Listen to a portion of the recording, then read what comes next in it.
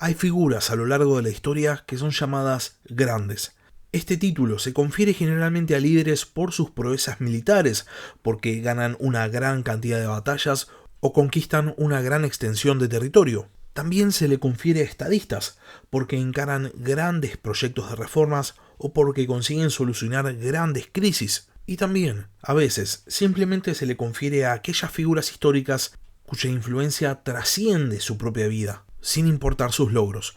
Este es el caso del protagonista de toda esta serie de capítulos, Constantino el Grande, un gobernante que no destaca por sus proezas militares, no destaca tampoco por sus reformas, tampoco destaca por sus capacidades personales, sino por la influencia que ejerce en el resto de la historia de su civilización. Porque la importancia de Constantino no reside en sus campañas, ni en sus victorias, ni en sus reformas, sino en la consecuencia que tienen sus decisiones.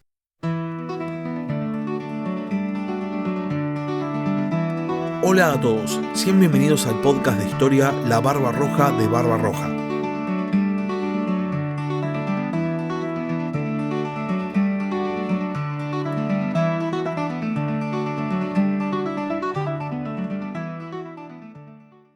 La guerra civil había terminado y Licinio había sido derrotado. Constantino era ahora el único emperador de toda Roma. La tetrarquía de Diocleciano había sido destruida por completo por los propios tetrarcas, y Roma entonces volvía a estar en paz. Pero también Roma tenía los mismos problemas que había tenido antes de la tetrarquía. Esto es, una enorme extensión de territorio con fronteras infinitas con el mundo que los romanos consideraban incivilizado y con un sinnúmero de territorios propios necesitados de administración. Constantino sabe que si su gobierno va a triunfar, tiene que encarar una serie de reformas que posibiliten que pueda hacerse cargo de todas estas cosas al mismo tiempo. Sin embargo, estas reformas no van a ser la prioridad para Constantino. Su prioridad es cambiar al Imperio Romano desde adentro. Y si Roma iba a cambiar, entonces lo primero que se necesitaba era una nueva Roma, una nueva capital para un nuevo imperio. Constantino sabía perfectamente dónde iba a estar situada esta nueva capital. Había visto el lugar de primera mano, había luchado en ese lugar. Y es muy posible que en esa lucha ya hubiese elegido ese lugar para la fundación de una nueva ciudad. El tema es que el lugar donde había elegido fundar su nueva capital ya estaba ocupado.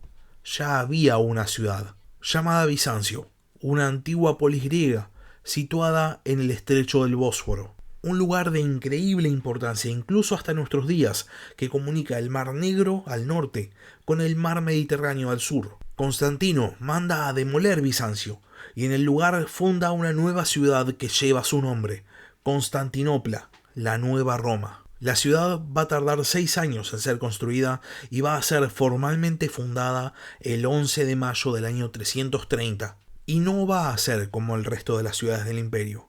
Constantinopla es construida para ser una nueva capital, al mismo rango prácticamente que Roma. De hecho, Constantino establece que Constantinopla, al igual que Roma, va a tener un senado, el cual, siguiendo los lineamientos del emperador, va a estar compuesto por una mayoría cristiana.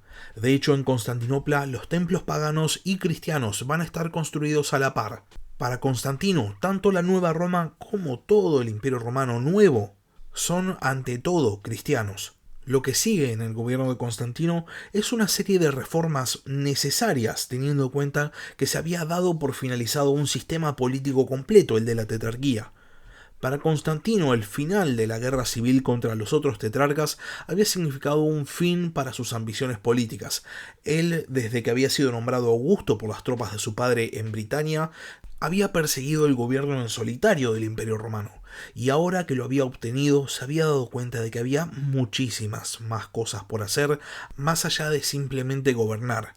Constantino pretendía desandar mucho del camino hecho por sus predecesores, pretendía eliminar completamente a la tetrarquía, de hecho la elimina de todas las menciones en discursos políticos, y también pretendía ir para atrás en muchas decisiones que emperadores anteriores habían tomado.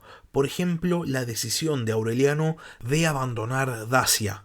Entre el año 324 y el 325, las fuerzas imperiales comandadas por el hijo de Constantino, Crispo, realizan una campaña al norte del Danubio e inician la reconquista de Dacia. Al mismo tiempo que esta primera campaña al norte del Danubio finalizaba, Constantino decide una vez más ocuparse de las cosas que le importan a él, y entonces convoca a todas las autoridades cristianas del imperio al primer concilio ecuménico de cristianismo, el concilio de Nicea. Constantino, a lo largo de su vida, se había ido acercando cada vez más al cristianismo, y esto es algo que a varios sectores de la sociedad romana les resulta extremadamente chocante. En el año 326, Constantino realiza una visita a Roma. Las visitas de los emperadores a la capital imperial finalizaban con una tradicional procesión al templo de Júpiter Capitolino. Sin embargo, Constantino, en su acercamiento al cristianismo, no había realizado esta procesión, y esto provoca disturbios en la capital. Constantino, viéndose rechazado por el pueblo de la capital, abandona Roma y nunca más vuelve. Ese mismo año, después de su visita a Roma, Constantino realiza la que posiblemente es su acción más terrible. Manda a ejecutar a su hijo y heredero Crispo. Las fuentes históricas nos cuentan que Fausta, la segunda esposa de Constantino, había acusado públicamente a Crispo de querer seducirla, y Constantino había reaccionado de manera fulminante, mandando a envenenar a su hijo. Esto va a marcar el carácter de Constantino por el resto de sus días. Crispo no solamente había sido un general reputado, un militar capaz que había logrado la victoria para Constantino en numerosas oportunidades, algunas de ellas decisivas. Tampoco era simplemente el heredero de Constantino, su primer hijo, sino que además, aparentemente, era inocente. Las fuentes antiguas describen dos posibilidades. Por un lado, Fausta habría sido la que habría buscado a Crispo, pero había sido rechazada, motivando su búsqueda de venganza. Por otro lado, existe la hipótesis de que Fausta veía a Crispo como un rival político de sus hijos, por lo que habría buscado eliminarlo. Sea como fuere, Constantino al poco tiempo se entera de la verdad, se entera de la inocencia de su hijo y manda a ejecutar a su esposa, y después impone sobre su persona una damnatio memoriae. La culpa por el asesinato de Crispo lo va a perseguir por el resto de sus días, y se dice que es justamente esa culpa la que provoca que en el último momento de su vida, con tal de ser perdonado, haya sido bautizado. Constantino se había quedado entonces sin su general estrella, sin su principal comandante militar. Esto implicaba que ahora él se iba a tener que hacer cargo de muchas de las acciones militares del imperio, y entonces decide encarar una reforma militar. Para empezar, continúa con las reformas en la misma línea que Diocleciano, reduce todavía más el número de soldados por legión y establece mayor cantidad de legiones, manteniendo la diferencia entre legionarios y auxiliares, y después oficializa los comitatenses. Esto era un tipo de ejército relativamente nuevo que se caracterizaba por ser muy móvil y por este motivo podía responder muy rápidamente a invasiones.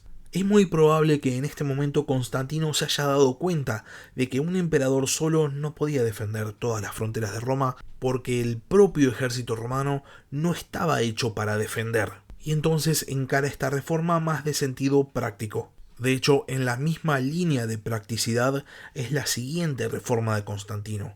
El emperador permite a tribus germanas específicas establecerse en la frontera del imperio, con la condición de que ayuden en su defensa. Por último, en cuanto a las reformas militares, Constantino disuelve la guardia pretoriana y la reemplaza con una guardia imperial compuesta por comitatenses. Definitivamente el gobierno de Constantino en lo que respecta a lo militar es un antes y un después. Todo el ejército queda reformado.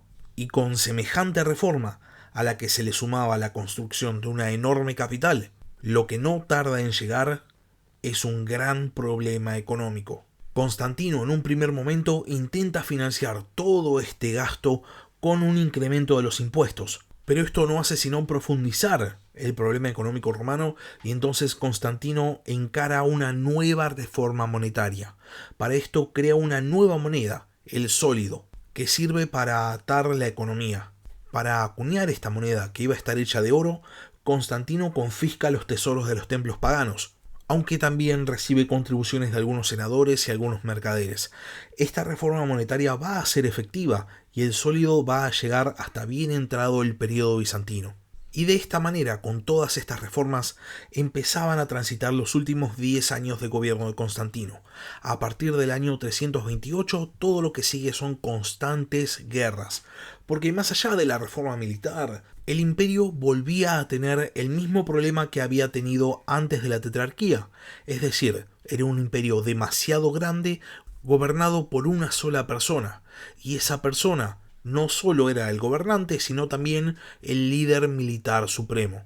En el año 328, Constantino hace frente a una invasión de los alamanes. Esta guerra dura 3 años, finalizando recién en el 331. Mientras el emperador y su hijo Constantino II hacían frente todavía a los alamanes, los godos invaden Mesia y Tracia en el año 329. Constantino logra repeler la invasión. En el año 331, cuando los invasores alamanes estaban siendo derrotados, los visigodos, parte de los godos, invaden nuevamente al sur del Danubio, y su invasión es frenada cerca de la actual ciudad de Varna, en Bulgaria, por el emperador. Y una vez que todas estas invasiones finalizan, Constantino decide que es hora de llevar la guerra a sus enemigos y realiza una nueva campaña al norte del Danubio que le va a llevar los siguientes 5 años. En esta campaña, Constantino retoma todo lo que había sido la vieja provincia romana de Dacia. Y una vez que la reconquista de Dacia culmina en el año 336, Constantino empieza a planear una campaña contra el imperio sasánida. Los persas habían invadido Armenia y habían instalado a un rey persa en el trono. Y si bien en un primer momento los sasánidas habían buscado una paz con Roma, Constantino había decidido que la paz no era una opción y se disponía a invadir. Sin embargo, los planes para una invasión a Persia se van a ver frustrados porque Constantino cae enfermo. El emperador no se recupera y finalmente el 22 de mayo del año 337 muere. Hacia el final de su vida, Constantino se había dado cuenta de que Roma no podía ser gobernada por un solo emperador, y entonces había planeado que después de su muerte, sus hijos heredaran el imperio. Constantino esperaba que sus hijos aprendieran de su error y pudiesen cogobernar. Sin embargo, al final, esto no es lo que sucede, y las peleas por el poder no tardan en llegar. Sin embargo, eso es historia para otro capítulo. Hasta acá llegamos con el capítulo de esta semana. Si llegaron hasta acá y no están suscritos al canal, les recomiendo que se suscriban, subo nuevos capítulos todas las semanas. Y si por otro lado ya están suscritos pero tienen ganas de apoyar al podcast, pueden convertirse en miembros del canal en YouTube o pueden realizar un aporte mensual en Patreon. Les dejo el link en la descripción del capítulo. Por último, si tienen alguna pregunta o simplemente quieren participar, pueden dejarme un comentario en la caja de comentarios de YouTube o pueden mandarme un mail al mail del podcast, labarbarroja@gmail.com. Muchas gracias por haber escuchado y hasta la próxima. Gracias por escuchar La Barba Roja de Barbarroja. Si tenés alguna pregunta o simplemente querés hacer un comentario, no dudes en escribirme al mail del podcast, labarbarrojadebarbarroja@gmail.com. Hasta la próxima.